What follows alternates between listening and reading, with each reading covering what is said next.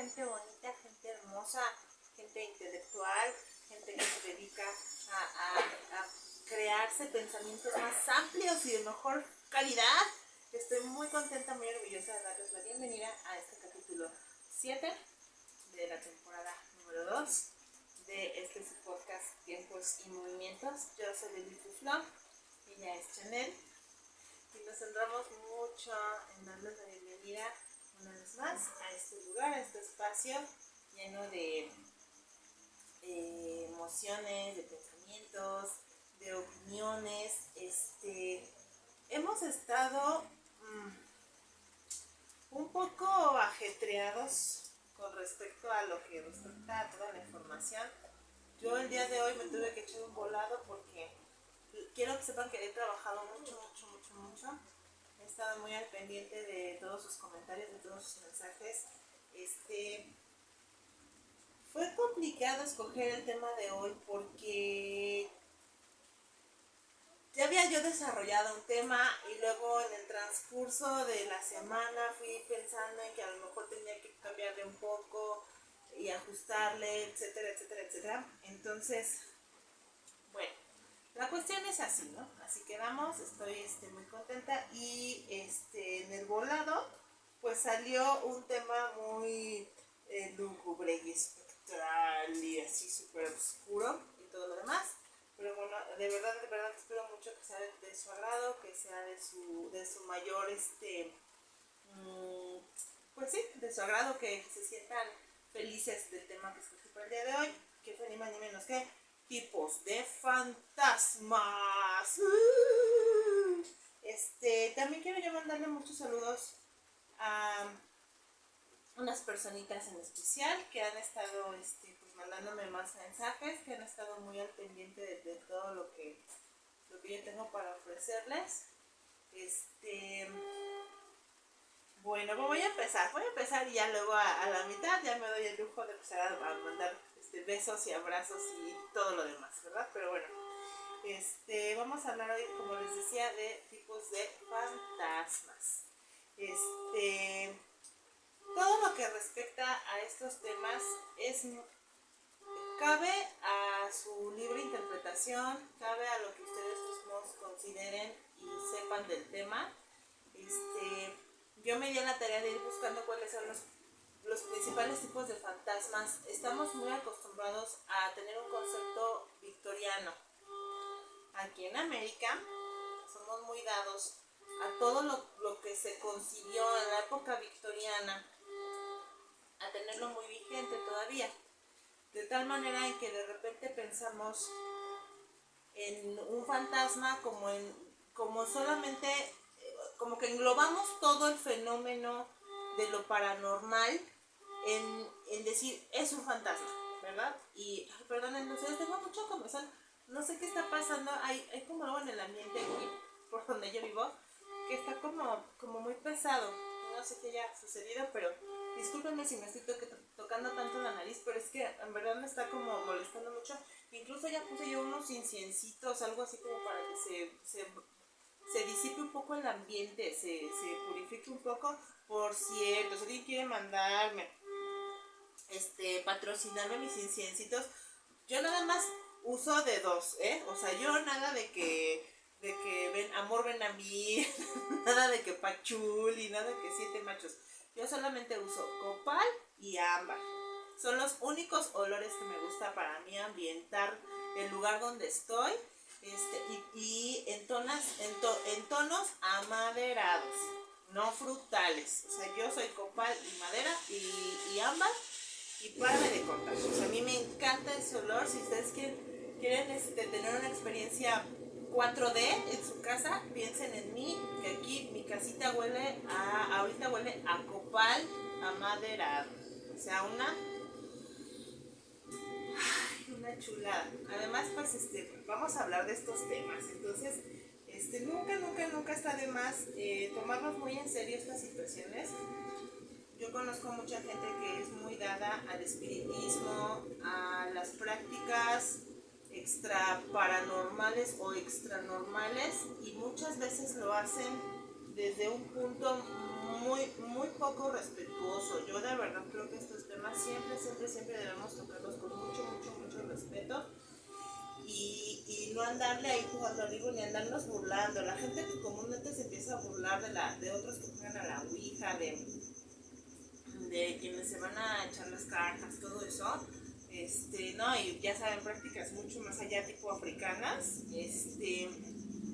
pues de repente la vida y este grupo de entidades paranormales siempre tienen una manera muy fuerte de hacerte ver que no te puedes estar riendo de eso. Como esos clásicos niños que se ponen a jugar en la primaria, que Charlie, que ya sabes, y de repente pues se llevan unos sustos bien fuertes, porque no falta el que se empieza a burlar, el que dice, yo no creo nada, y no sé qué. Entonces, siempre hay que tomar esto con mucha seriedad, con mucho, hasta con cierto optimismo, ¿no? En el sentido de, todo está ahí para ayudarnos, todos son herramientas, de alguna forma u otra, algo debe haber en un plano distinto al que nosotros estamos viviendo. Así como no podemos ser tan pobres de mente de pensar que en el universo no hay nada más que nosotros en el planeta Tierra, también tenemos que abrirnos a la idea de que tiene que haber muchas cosas más en diferentes dimensiones, en diferentes espacios dimensionales, en diferentes espacios. ¿Me explico? Entonces, bueno, yo ante todo le pido perdón y disculpas a alguien que se encuentre en otro plano astral si estoy diciendo algo incorrecto o si lo toman como una manera de que yo esté faltándoles al respeto, porque para nada. En fin, vamos a darle paso. Bueno, los tipos de fantasma tienen pocas clasificaciones y fui tomando de la fe católica, del hinduismo, ¿sabes? O sea, como traté de tomar un poco de todos lados para tener una idea más amplia de lo que estamos hablando. Lo primero es que vamos a definir en el número 1, vamos a definir lo que es el espíritu.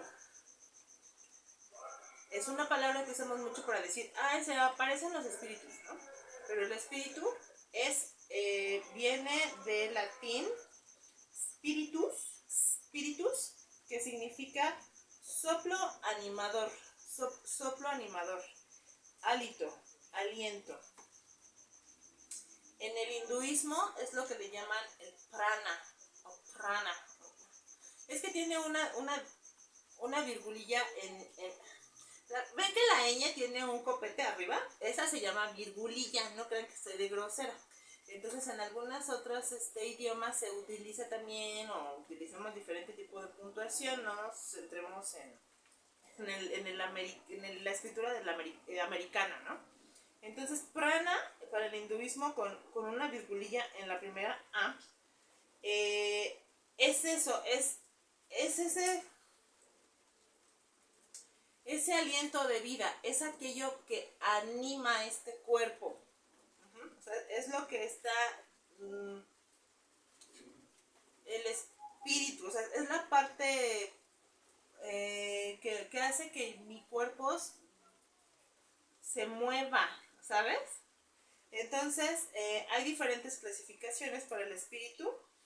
En la teología, lo que tiene que ver con la fe católica, serían los ángeles y los demonios. Eso es el espíritu. Bueno, tiene más connotaciones, pero para que me vayan entendiendo como hacia dónde estamos, lo que tiene que ver con el espíritu. La metapsíquica. Qué palabra tan rara. Yo pensaba que sería metafísica, pero no, es metapsíquica, porque tiene que ver con lo que está más allá de lo psíquico, o sea, de la psique humana. Y serían los espectros y los fantasmas, que es en lo que estamos ahorita nosotros platicando, ¿no? Estamos un poco más enfocados en ese aspecto, ¿no? Para los folcloristas, que sería la folclorística. Perdón, es que son palabras muy importantes. Serían, por ejemplo, las hadas, los gnomos. Para el espiritismo, la nigromancia, serían las almas de los muertos.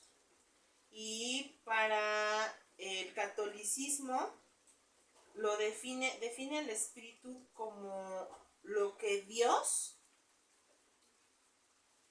le da al cuerpo y es lo que le da vida, la gracia, el don. O dicho en otras palabras, es el alma. El espíritu es un sinónimo de alma, aunque malamente la palabra espíritu siempre lo ocupamos como para la imagen fantasmagórica, pero no, hay que pensar cuando hablamos de espíritu hablamos de una palabra que está dentro de la filosofía.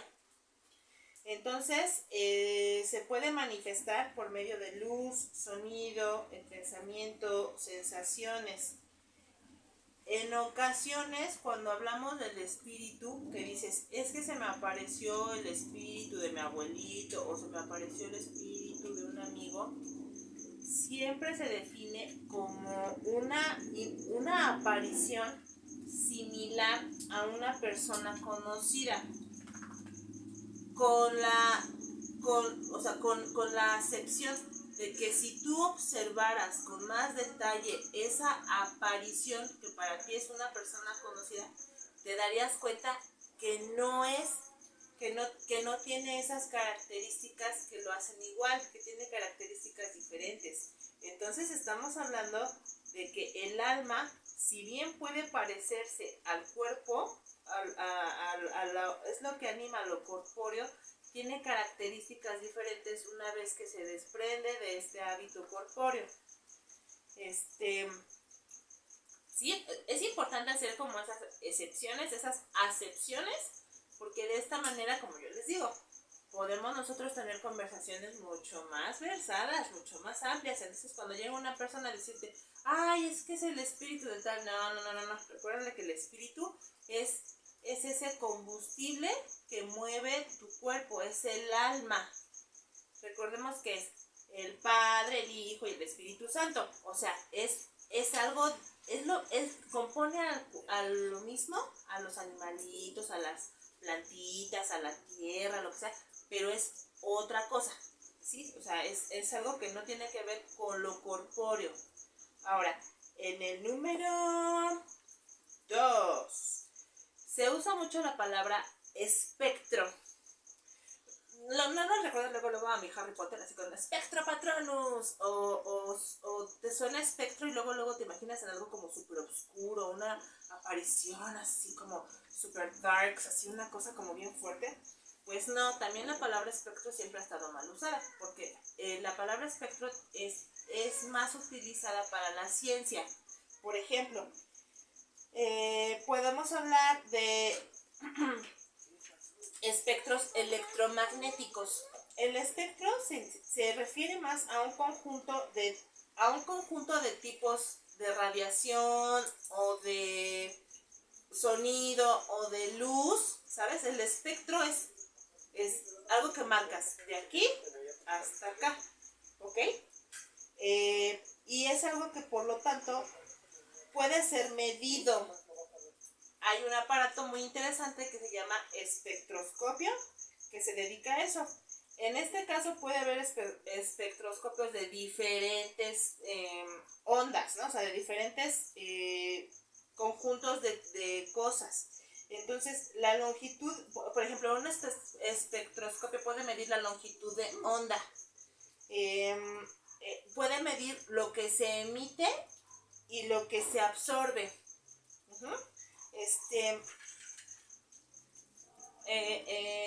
Te doy un ejemplo. Cuando mides el color, los colores, se miden bajo el espectro del arco iris. O sea, ¿se acuerdan esos ay, ¿cómo se le dice? Ay, se me fue la palabra. Es que no es ejercicio la palabra, esos experimentos que hacía Isaac Newton con respecto a la luz. Entonces ponía prismas y en base a eso ponía un rayo de luz, ponía un prisma y en base a eso él lo movía e iba viendo en un plano sin color, iba viendo cómo iban apareciendo todos los colores. Esos colores son el espectro, es lo que tú puedes medir. Ahora, otro ejemplo, está el espectro de la voz. Por medio del espectro de la voz, tu cerebro automáticamente sabe, analiza y sabe quién te está hablando. O sea, el espectro tiene que ver más con una especie de tabla de medición. Es lo que tú puedes medir. También se utiliza mucho cuando hablamos de salud mental. Por ejemplo, decimos, ¿no?, que el espectro autista pues tiene que ver con la definición de la gravedad de los síntomas. Entonces, el espectro es lo que te ayuda como a medir.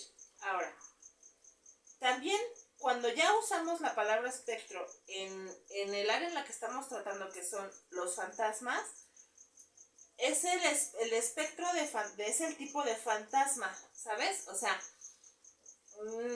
se cree que un espectro es, fantasmagóricamente hablando, es una especie de figura, ¿sí? O sea, una figura que se consideraría el más peligroso de todos, de toda esta listado que les estoy haciendo.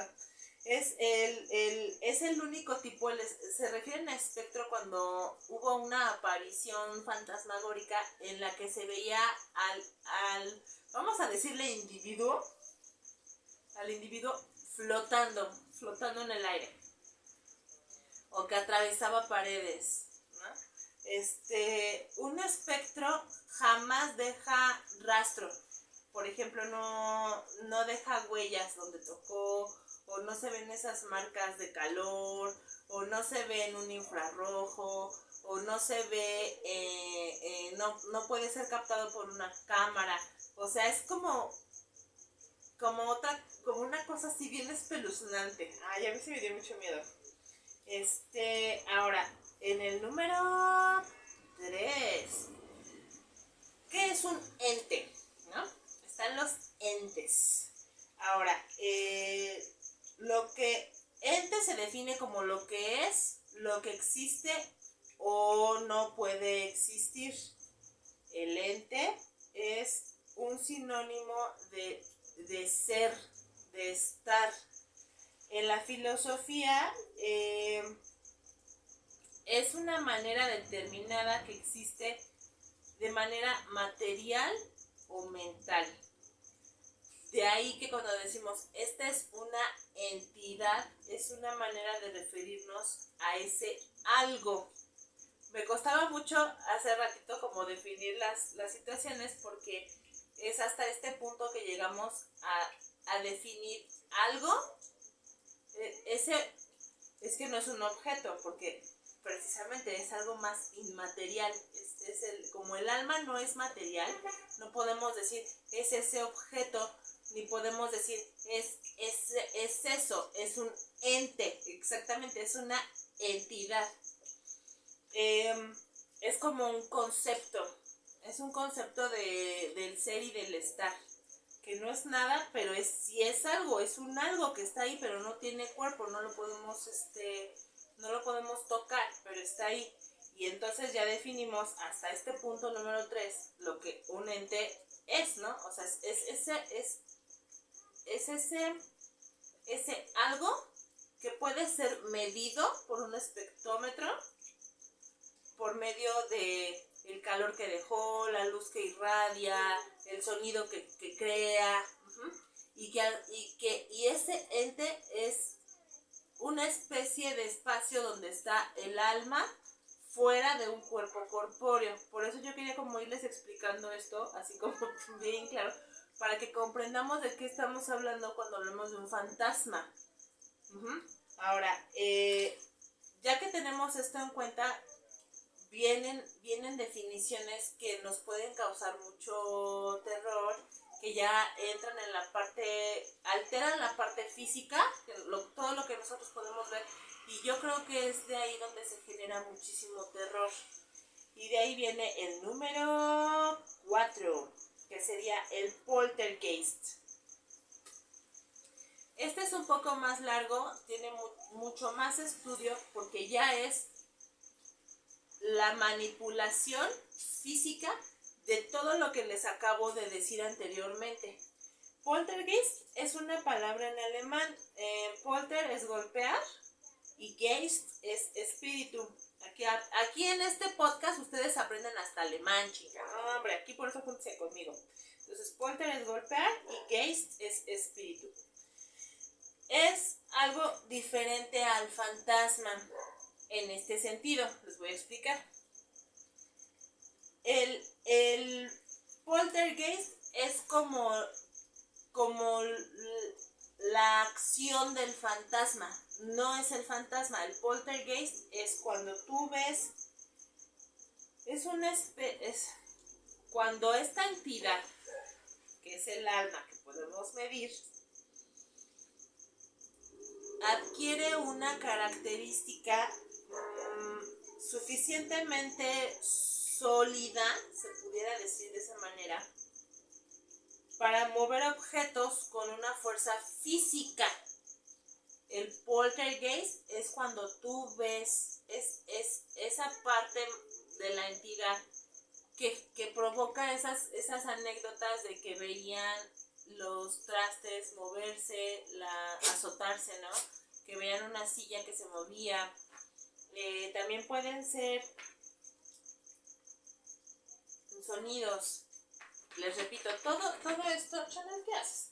Todo esto está medido en la época victoriana. En ese tiempo recordemos que venían de constantes guerras. Entonces la gente vivía una especie de nostalgia colectiva. En muy poco tiempo tú perdías a tu papá, perdías a tus hermanos, perdías a tu prometido o a tu esposo o a tus hijos.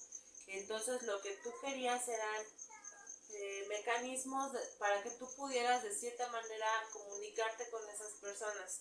En la época victoriana se desarrolla la Ouija, por ejemplo. Entonces consideremos que en ese siglo,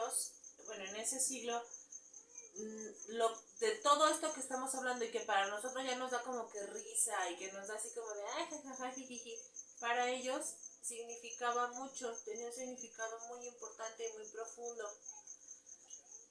Cuando se crea la Ouija es porque la gente en la época victoriana se juntaban en las tardes y querían hacer cosas como estar sentados a la mesa, porque también recuerden que en ese momento estaba el cambio de las velas hacia la luz eléctrica, eran los inicios. Entonces mucha gente no contaba propiamente con focos en su casa, con iluminación como la que tenemos. Entonces lo que hacían eran actividades. A partir de la tarde todas las actividades giraban alrededor de lo que una vela pudiera alumbrarte. Si quieren ustedes pensar o tener más claro cómo es que en esos tiempos vivían, apaguen todas las luces de su casa, todas, acérquense al refrigerador y ábranlo. Esa penumbra que hace la luz del refrigerador abierta, así es como vivieron durante mucho tiempo mucha gente. Entonces lo conveniente era hacer actividades que pudieras estar sentado en una mesa y alumbrarte con una vela. O sea, comprendamos que eran conceptos de la humanidad muy diferentes a lo que vivimos ahora. Entonces, el usar una Ouija para ese tiempo era sumamente normal. O sea, estaba tu mamá, tu abuelito y tú jugando. O sea, era lo más normal. En ese momento también la psicología empieza a tener un desarrollo más amplio. Estaba Sigmund Freud, etcétera, ¿no? Jung, etcétera. Entonces, se creía mucho en ese momento que las personas podíamos tener, se empezaba a comprender lo que la capacidad de la mente humana podía hacer. Recordemos, por ejemplo, a Harry Houdini, cómo pasó los últimos años de su vida haciendo esas sesiones espiritistas, ¿no? También tenemos un expresidente de México que basó todas las decisiones de ese mandato, las basó en lo que la tabla Ouija le decía, lo que según ellos eran esta entidad podía hacer. Entonces, cuando tú estás jugando a la Ouija, estás pensando en que es una especie de poltergeist controlado, de tal manera que cuando tú pones la mano en el planchet, se mueve. Por ejemplo, es eso, es es cuando la entidad tiene la capacidad de mover objetos de una forma controlada o de una forma descontrolada. También en ese momento se creía que, ve que cuando vamos hacia algún lugar ajeno y de repente tú oyes ruidos como que no tienen explicación, como que pequeños golpes, ¿no? Que escuchas así golpes, ¿no? Que escuchas que en la pared alguien toca, que escuchas. En ese momento la psicología lo consideraba como que tú mismo lo estabas creando. Si tú estabas enojado, si tú estabas triste, si tú estabas muy alegre, materializabas esas emociones por medio de ondas y esas se expresaban de esa manera. Entonces, el poltergeist también se puede también se puede considerar como es un ser, una entidad que nunca perteneció a un ser vivo. O sea, no es que sea un fantasma como tal el poltergeist, es la manifestación física de esa entidad. Sí, es muy interesante. A mí todo esto se me hace súper interesante. Se me hace muy chido. Estoy tratando de resumir mucho porque es muchísima información. Y espero de verdad que en tratar de resumir esa información no les esté dejando como muchos huecos en los que no me esté yo dando a entender. Al contrario, estoy tratando de ser como bien directa hacia la información. También el poltergeist puede ser explicado como por principios físicos. Por ejemplo, la electricidad estática. Cuando tú estás, algún objeto en tu casa genera electricidad estática, tarde o temprano se va a manifestar con un tronido, va a tronar un foco, o sea, todo lo que es la estática, el que esté rozando constantemente tu alfombra cuando tú vas caminando con tus piecitos, vas generando y de repente te paras. A mí me pasa mucho con una persona en especial, eso sí es muy extraño, pero me pasa mucho en una casa en específico con una persona en especial. Siempre llego yo o llega esa persona antes. Entonces, cuando vamos a saludarnos esa persona y yo, siempre nos damos un toquezote. O sea, yo me estiro así para saludar a esa persona, o esa persona se estira para saludarme, y ¡piu! Hacemos así, pero eso es que hasta te duele. Uy, que hicimos los dos. Pero yo empecé a observar y dije, ya sabes, uno luego se va con la finta, ¿no? Y dije yo, no, pues es que seguramente esa persona, no te puede decir, no es que esa persona te tiene mala fe, o te están embrujando, o tú a esa persona, ¿no? Pero en realidad, observando la situación, observando el entorno, es la única casa que yo conozco que todavía tiene alfombra en la sala. Tienen una alfombra, entonces esa persona ya caminó por esa alfombra, se sentó en un sillón y después llego yo, camino por esa alfombra. Entonces esa electricidad estática genera ese choque, ese pequeño chispazo, y es eso, ¿no? Entonces mucho del poltergeist puede ser explicado por principios físicos. También están los campos electromagnéticos. Hay aparatos electrodomésticos como algún refrigerador, alguna lavadora, alguna lámpara, la televisión. Si tú te le acercas mucho a la televisión, te alza los vellitos de la piel. Esos son campos electromagnéticos, y hay mucha gente que no es muy observadora de su entorno y se dejan ir. Inmediatamente su explicación es decir, ay, no, es que aquí hay un fantasma. Si tú mueves la telequinesis, por ejemplo, muchos de los experimentos de telequinesis son demostrados como fraude porque se demuestra que la persona estaba generando un campo electromagnético muy fuerte, por ejemplo, al frotarse las manos antes de hacer la actividad. Cosas muy sencillas, cosas muy simples. Muchos de los fenómenos paranormales pueden ser explicados por principios físicos. Está bien chido, mientras más le investigamos más nos damos cuenta, y nos damos cuenta cómo hemos sido engañados muchas veces por muchos charlatanes. Si tú vas a que te leer las cartas a eso, obviamente la persona va a tener todo un tinglado ya armado, para que de tal manera que cuando tú llegues y empieces a hacer preguntas o cosas, pues haya ruidos o haya cosas, ya bueno, ya hay gente que tiene elementos muy elaborados como haber enturbiado algún huevito o algo así, entonces dicen que te hacen una limpia y ya cuando tronan el huevo, no, pues ya está bien sucio, ¿no? Y tú dices, ay, no puede ser, me están haciendo aquí un mal de ojo, lo que sea. Todo siempre debemos tratar de definirlo por principios físicos. También puede ser el infrasonido.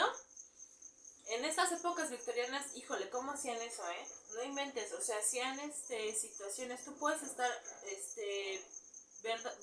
documentarte con ese respecto y te vas a dar cuenta cómo hacían muchos fraudes muy fuertes. Todo eso apelando a la nostalgia de las personas.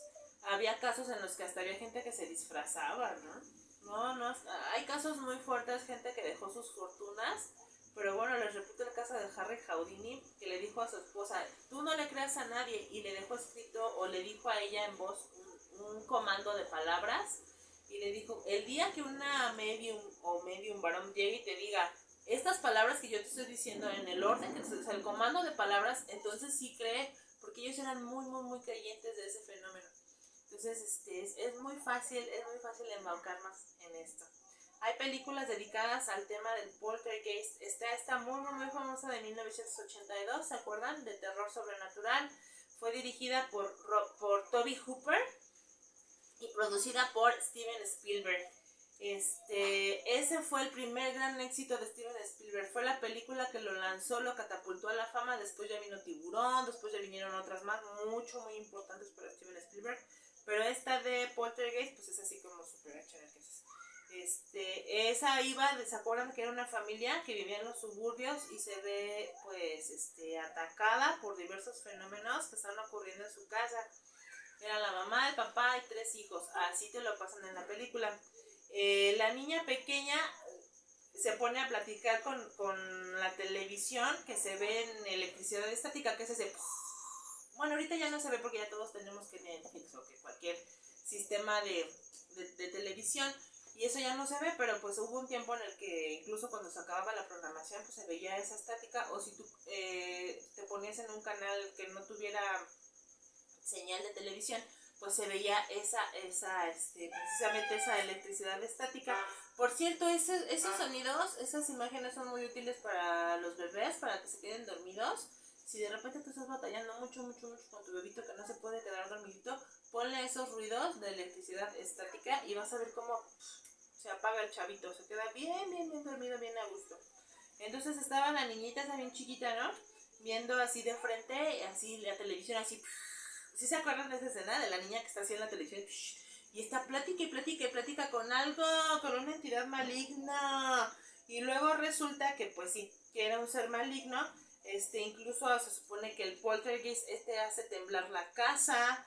Y la niña, es esa frase muy famosa de la niña que dice, ya están aquí. Ay, qué miedo. Es una muy buena película. Véanla con las reservas de, pues que está hecha en 1982, ¿no? Entonces no les va a dar así el gran susto de su vida, pero habla exactamente de lo que tiene que ver el poltergeist. Este es un caso muy importante porque está basado en un hecho real. No pasó exactamente como dice la película, sin embargo, los hechos, vaya, o sea, no es que los personajes sean todos iguales a como fue en la vida real, fue muy diferente en la vida real, pero los hechos sí están basados en esta historia que sí pasó. Luego, pues se supone que un árbol se quiere robar a la niña, luego pues como pueden la rescatan y hacen se abre una especie de portal en un closet y jala a la niña, o sea, la llevan a otra dimensión y la niña se empieza a comunicar por medio de la televisión. Hasta que finalmente la casa implosiona. Este caso es muy extraño, tanto el de la película como el caso real. En la película, 4 de los actores que participaron en esta película fallecieron en la vida real, así es que se cree, por eso les digo, siempre estos temas hay que tocarlos con muchísimo cuidado. Se cree que este tema, el haber tomado este tema fue lo que provocó esa especie de desajuste, ¿no? Estuvo muy, muy, muy fuerte. En el caso real del que está basado esta historia, aquí va la jiribilla de lo que yo quería comentarles del poltergeist, y por eso les di tanto preámbulo hablando de la vida victoriana. Un poltergeist, sí o sí, 100% de las veces, 100% de las veces, siempre hubo un adolescente involucrado. Siempre que se declara que hay un poltergeist, hay un adolescente involucrado. Yo creo, en mi muy humilde opinión, que en esa etapa de nuestra vida tenemos una capacidad mental tan fuerte, tan vibrante, tan viva, tan vívida, que alcanza a generar estas situaciones. Muchos de los adolescentes involucrados o sea, el 100% de los casos de poltergeist hay uno, dos o tres o varios adolescentes. Si tú le empiezas a buscar en la historia de estos adolescentes y les empiezas a preguntar, oye, ¿qué onda con tu vida? ¿Qué onda con tus papás? La mayoría de esos adolescentes te van a describir que vienen de ambientes de padres alcohólicos, padres abandónicos, padres negligentes, padres nefastos. Muchos vienen de un ambiente donde hubo algún tipo de violencia, o sea, compréndase violencia violencia fea, ¿no? Violencia muy fea, golpes, maltratos, ya saben qué otro tipo de violencia. Por lo tanto, estos adolescentes están bajo un estrés excesivo, y yo creo que eso es lo que provoca que el adolescente está en un ambiente tan nefasto, tan violento, tan agresivo, y a la vez está con su mente, con sus ondas cerebrales a un nivel super guau, que es una cosa espectacular, que generan estos fenómenos. Generan en sus corajes, en sus intenciones de sobrellevar estos ambientes que están viviendo, empiezan a aventar vasos, empiezan a provocar esta clase de fenómenos. Es muy interesante el poltergeist. Cada caso que ustedes vean del poltergeist, léanle un poquito y se van a dar cuenta de eso. Yo aquí tengo a mis dos adolescentes, como pueden ver, que no me dejan ni trabajar en paz. Ay, que ni de veras, Dios mío. Se luce. Bueno, vamos a continuar porque yo podría seguir con esto. En el número 5, aquí nos vamos a ir hacia el folclore irlandés, con las Banshees. Uy, hasta hay una banda de rap famosísima de eso. Las Banshees. Estos vienen del folclore irlandés, que significa del galés, o sea, ¿no? Es Banshee, o sea, hace mujer de los tumultos. Ay, nanita, esto viene desde Irlanda, desde el siglo VIII, o sea, estamos hablando de hace un montón de tiempo, donde se creía que había espíritus femeninos que se aparecían entre llantos y gritos y mucho susto para anunciarte la muerte de un familiar. O un pariente, un familiar o un pariente cercano. Hay una serie dramática que trata este tema del 2013. Se cree, la Banshee está descrita físicamente como un ser de piel verdoso, cadavérico, que usualmente tiene el cabello negro. Es muy salvaje en su actitud, en su performance, es muy, muy, muy salvaje, y es como un alma en pena. El folclore nos dicta que la única forma de detener a una Banshee de su ataque violento y agresivo fantasmagórico es apretarle el cuello. Ay, pues sí, ¿no? Ese es la mejor arma que tienes contra una mujer enloquecida. Pues agárratela del cuello. Ush, no sabes, le va a encantar. Te vas a volver su mejor amigo. Porque se supone que todo lo demás en el cuerpo de una Banshee es tan fuerte como el acero. Ay, estos galeses, estos irlandeses, de verdad que están muy, muy locochones en esos tiempos, ¿quién sabe qué veían? Es que recuerden, todo este folclore, todas estas imágenes siempre obedecen a épocas del pasado, a épocas en las que las guerras eran una constante en la vida de estas personas. en las que las enfermedades, las plagas, la falta de comida provocaba estas emociones en grandes poblaciones que no tenían muchas veces cómo explicarlo o que buscaban una explicación a esa nostalgia, a ese dolor tan terrible que es perder a nuestros seres queridos, lo que es vivir en guerra, es que es muy terrible. Entonces pues le pone nombre a muchas cosas. En el número 6. Dilo conmigo, Kenny. Echa tu patita, echa patita. Tenemos a los Jin. Como yo les comenté al principio, fui tomando un ejemplo porque es que es larguísimo el tema. O sea son 70,000 ejemplos o nombres diferentes para fantasmas o espectros o entidades. Entonces quise tomar una como de cada filosofía importante, de cada rama filosófica importante. El Jin es lo que nosotros conocemos como el genio. Pero ¿qué crees? Cuando tú lo empiezas a investigar, no es muy similar al genio de la lámpara maravillosa. Yo le encontré más sentido a la enfermedad de la esquizofrenia. Y van a ver por qué. Es una criatura invisible. Está descrita, la primera descripción de un jin, que se escribe con J para empezar, está en la Arabia preislámica temprana. Es una criatura mítica con poderes sobrenaturales y fue creado por Alá. O sea, se supone que Alá puso su manita y sopló y creó a los jin. Entonces, también ellos describen una entidad llamada Malaika, que vendrían siendo los ángeles, y el Sayatín, que vendrían siendo los demonios.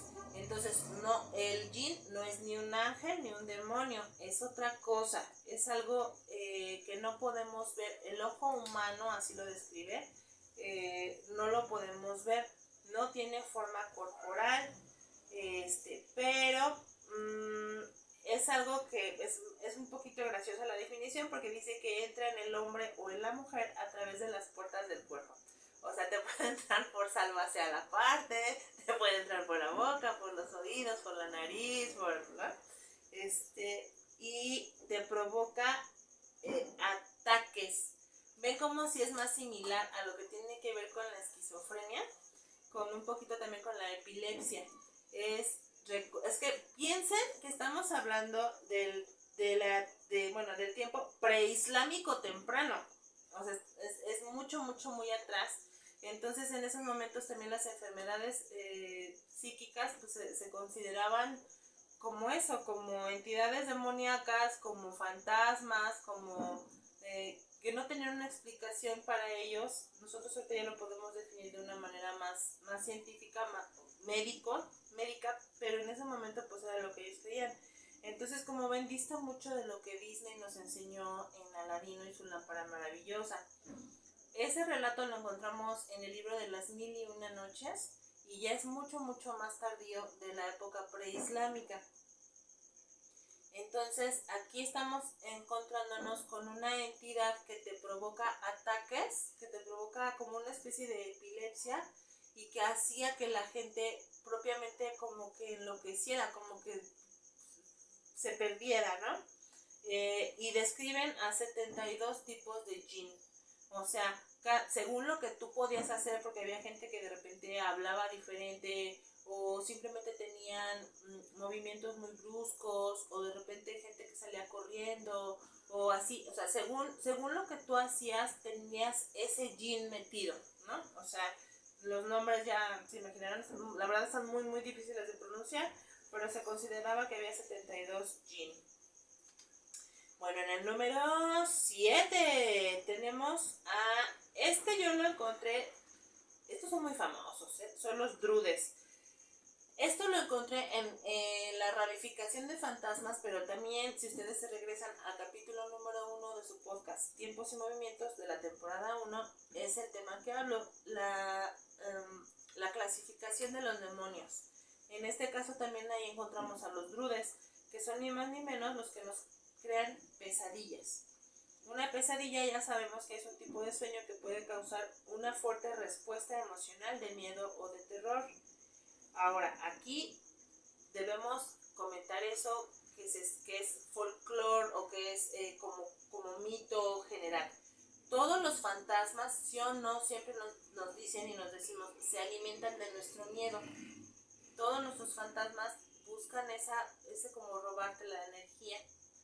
Entonces, la energía primordial se considera en la psicología y en la filosofía, se considera que la primera emoción que tuvo el ser humano desde que el ser humano está aquí en la tierra es el miedo. El miedo es la emoción principal, primordial, está antes de la alegría, está antes de la ira, antes de todo. Es el miedo, es la emoción primigenia. Por lo tanto, no se me hace muy descabellado pensar que estas entidades que no están ni aquí ni allá, que son otra cosa, que no tiene que ver con lo corpóreo, sí tomen esa energía principal que es la más fuerte. Es lo que mantuvo a la humanidad, lo que hizo que la humanidad sea lo que es ahora, tenerle miedo a las fuerzas de la naturaleza, tenerle miedo a los animales, tenerle miedo al día, a la noche, al fuego, a todo. Y eso es lo que te provoca que busques un lugar seguro, ¿sabes? O sea, es una emoción tan importante que de verdad a mí no me cuesta mucho trabajo creer que haya entidades que se alimentan literalmente de eso o que eso es lo que los hace más fuerte. Otro punto importante con respecto a las pesadillas es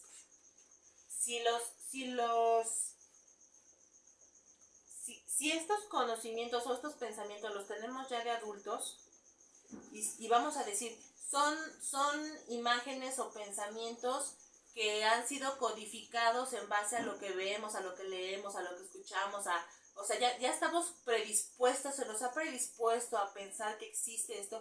¿Por qué entonces en los niños más pequeños también tienen pesadillas? O sea, ellos son personas, los niños son personas que no han estado en contacto tanto tiempo con el medio social como para también tener las imágenes y los pensamientos que los adultos tenemos. Entonces, ¿por qué también los niños tienen pesadillas? Si se puede considerar que una pesadilla viene en base a tus frustraciones del día, a que estás preocupado, a que quieres más dinero, a que algo te pasó durante el día que te preocupó mucho, a que... ¿Por qué los niños que están libres de esos pensamientos? Estoy hablando de los niños más pequeños, ¿eh? El terror nocturno es algo totalmente natural desde que nace un bebé hasta por lo menos los 3, 4 años. Y después de eso el niño ya te puede decir, tengo miedo a la oscuridad. O sea, ¿por qué? Ellos son personas que no tienen ese nivel de complejidad en su pensamiento que nosotros tenemos.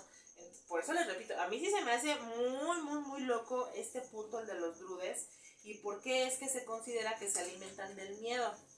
O sea, bueno, hasta en Monsters Inc., la película, de eso va, ¿no? Que tienen que ir a la escuela, a la universidad de monstruos, para asustar a los niños. Y ese susto lo envasan, y esa es la energía en la que viven en el mundo de los monsters, ¿sí o no? O sea, sí está muy, muy locochón, y por favor, yo les recomiendo mucho cuando tengan un bebé pequeñito en su casa, háganle mucho caso, déjenlo dormir con ustedes. El terror puede matar a una persona, en serio, el terror mata, y no sabemos nosotros a lo que estamos expuestos. Entonces siempre hay que creerle a los niños, siempre.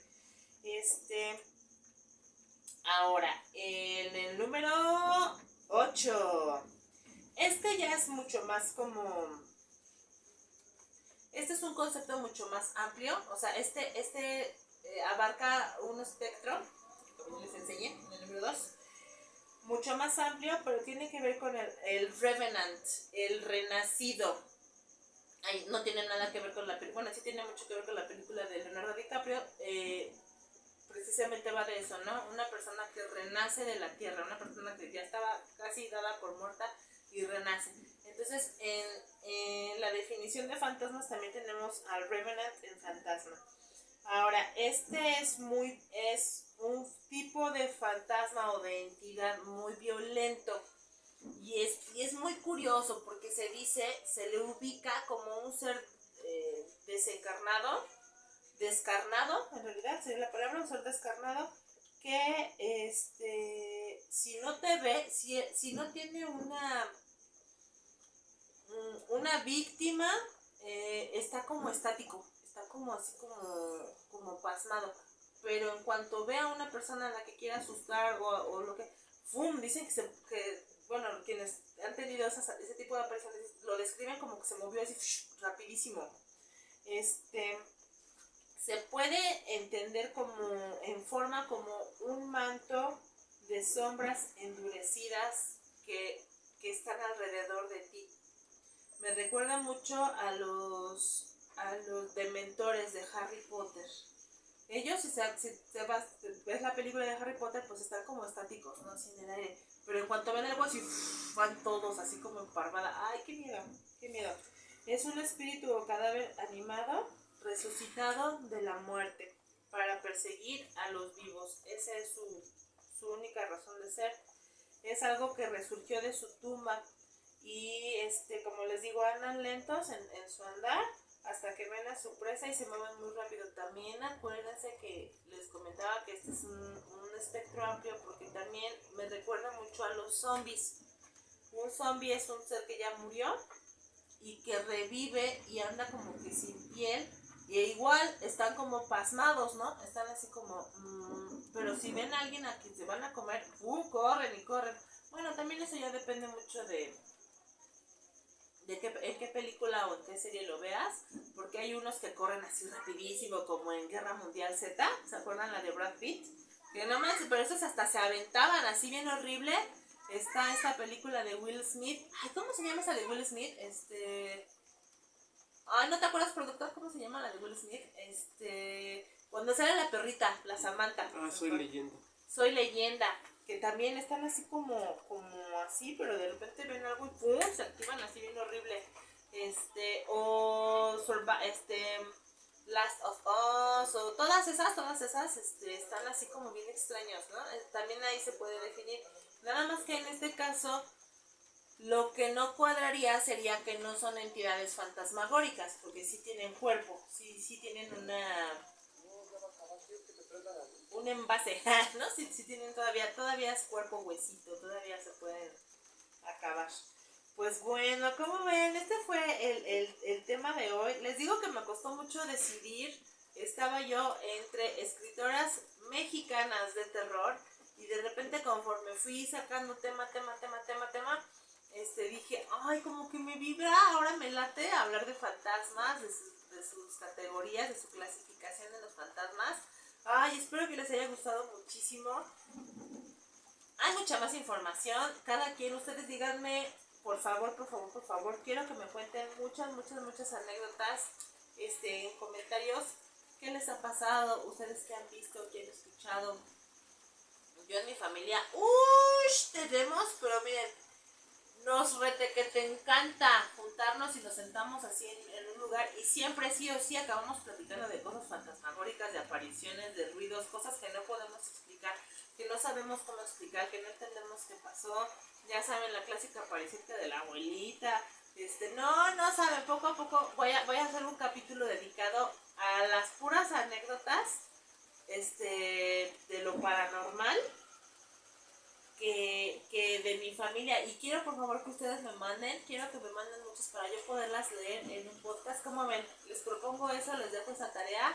Yo quiero mencionar todas sus anécdotas fantasmagóricas, todo lo que tiene que ver con lo paranormal, lo sobrenatural. También cuéntenme, ahí también van a entrar todas las de ovnis y extraterrestres y cosas así bien extrañas que les haya pasado, cosas que ustedes no puedan definir.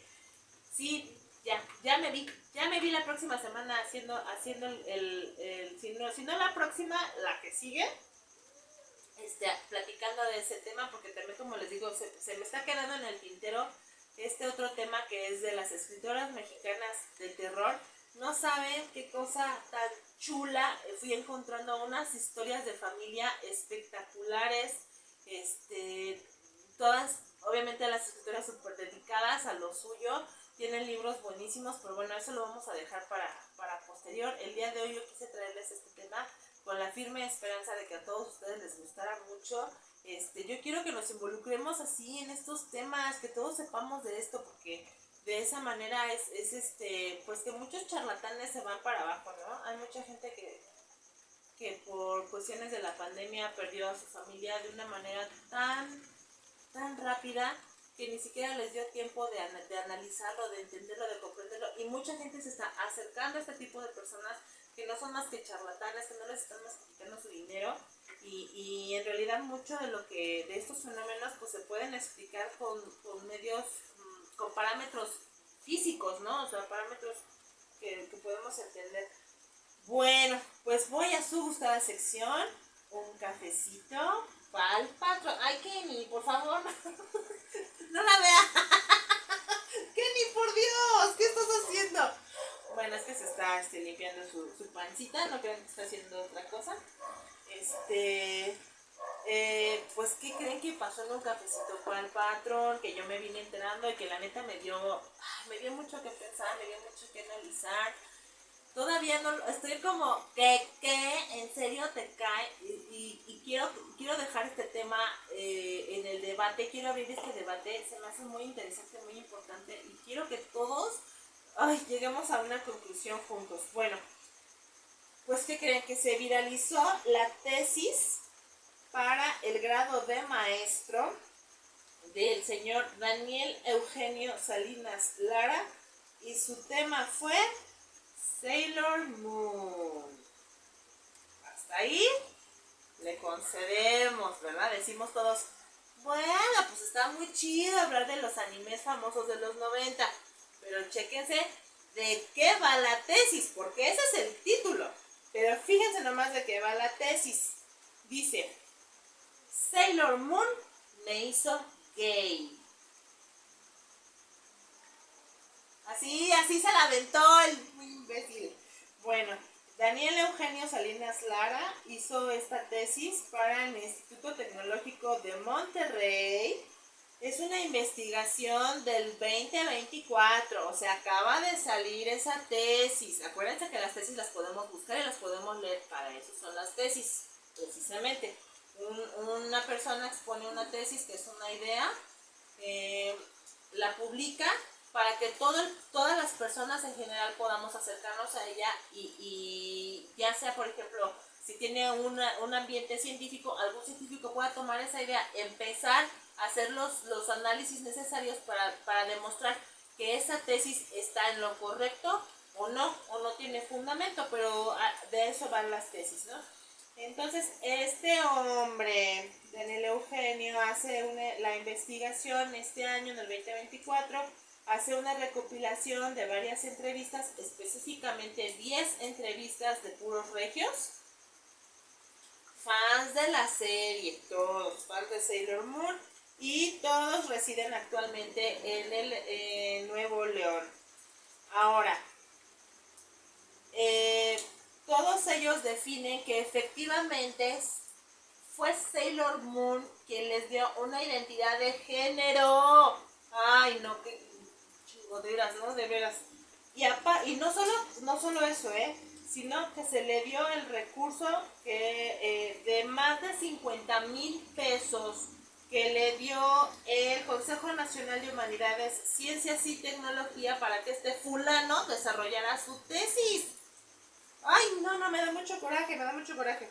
Ahora, él describe cómo esta serie creada por Naoko Takiguchi, al desarrollar este popular anime, influyó en la formación de la identidad de los hombres de los 90s. Ay, ¿no les da chorro de coraje? ¿En serio no les da coraje? No les da, o sea, yo nada más veo ese pinche título y lo mando a la fregada. O sea, ¿qué le pasa al fulano? Y luego dice, bajo el lema, porque ya saben que Sailor Moon se aventaba su lema, hacía sus machincuepas y se fueraba, y que con el subáculo y todo, y acá, y aparte eran varias Sailor Scouts, ¿no? Cada una de un planeta. Ella era Sailor Moon, que era la Sailor de la Luna específicamente. Entonces decía, soy Sailor Moon y te castigaré en el nombre de la luna, ¿se acuerdan? O sea, según este tipo, en México es por medio del anime que la identidad de género se formó en los hombres de los 90. O sea, no me los quiero espantar, pero si tú viste que tus caballeros del zodiaco, si tú viste que tu Sailor Moon, si tú viste que tu Dragon Ball, en eso se basó, de eso depende si tú eres gay, heterosexual, lesbiana, homofóbico, transfóbico, psicofóbico. Y de eso hizo su tesis, por la que le pagaron 50,000 pesos para que el imbécil lo hiciera. Y se la aceptaron y la publicaron. No, yo renuncio. O sea, no, yo renuncio. ¿Ven en lo que acaba la educación universitaria hoy en día? ¿Ya ven hasta dónde estamos? Eso le pasa a estos fulanetes porque en lugar de pegarles con chancla les pegan con crocs. O sea, sí, no, es que no se vale, no puede ser. ¿Recuerdan ustedes que en los 90 surgió un tema tragiquísimo que se llamaba el pánico satánico? Donde un grupo de mamás se juntaron para, ya saben, de las mochas, de igual, de este mismo estado, ya saben, ¿no? Así se las gastan ahí. Que dijeron que, por ejemplo, Pikachu, estos animes, eran del diablo. Y decían, no, es que por culpa de estos animes, ahorita está el pánico. Y decían que los pitufos también eran del diablo. Entonces no te dejaban ver esas caricaturas, no te dejaban escuchar cierta música. No, bueno, escuchar a Marilyn Manson era como, ay, no, se persinaban. Hay obras de teatro, como Un corazón normal, que habla de la terrible pandemia de SIDA que ocurrió en los 80s en Estados Unidos, que no las dejan presentarse. Tiene que ver con eso. ¿Por qué les siguen permitiendo eso y les dan recursos? O sea, ¿por qué el Consejo Nacional de Humanidades, Ciencias y Tecnología le brinda el recurso a una persona que va a dar una tesis de eso? Que va a hacer una tesis acerca de eso. Entonces, ¿qué pasa, por ejemplo, con el asesinato de Columbine? Lo primero que dijeron es, cuando se metieron al cuarto de estos chicos, era un videojuego. Que dijeron que por culpa de ese videojuego, estos dos chavos se pusieron sus gabardinas negras, que se enfundaron en 35 escopetas y que fueron a hacer la matazón de sus compañeros del Columbine. O sea, así se llama el colegio donde iba, que me parece que sería nivel, aquí en México sería como nivel secundaria preparatoria. Y en eso se basan, en decir que lo que tú escuchas, lo que tú ves, lo que tú oyes, los videojuegos que haces, son lo que te provocan ser gay o hacer un asesinato. Es que de verdad no se vale, o sea, no se vale, no es justo, no está bien, no está correcto.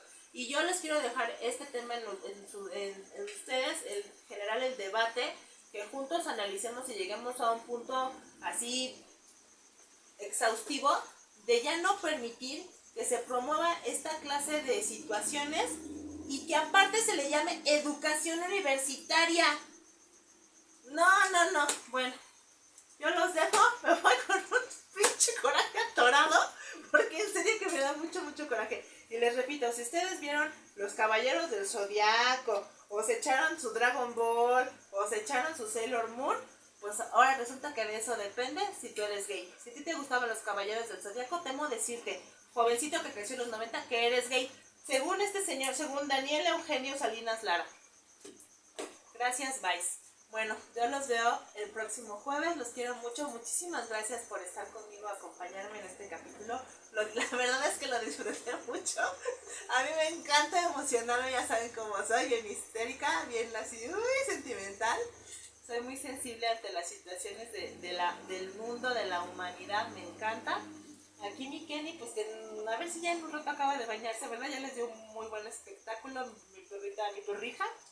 Yo los quiero mucho y los espero el próximo jueves sin falta para el capítulo número 8 de Tiempos y Movimientos. Yo soy Lili Fuflo y vamos a ir juntos a desmenuzar los sucesos del momento. Yo se los voy a entregar servidito en bandeja de plata para que ustedes lo degusten en el momento en que así lo quieran.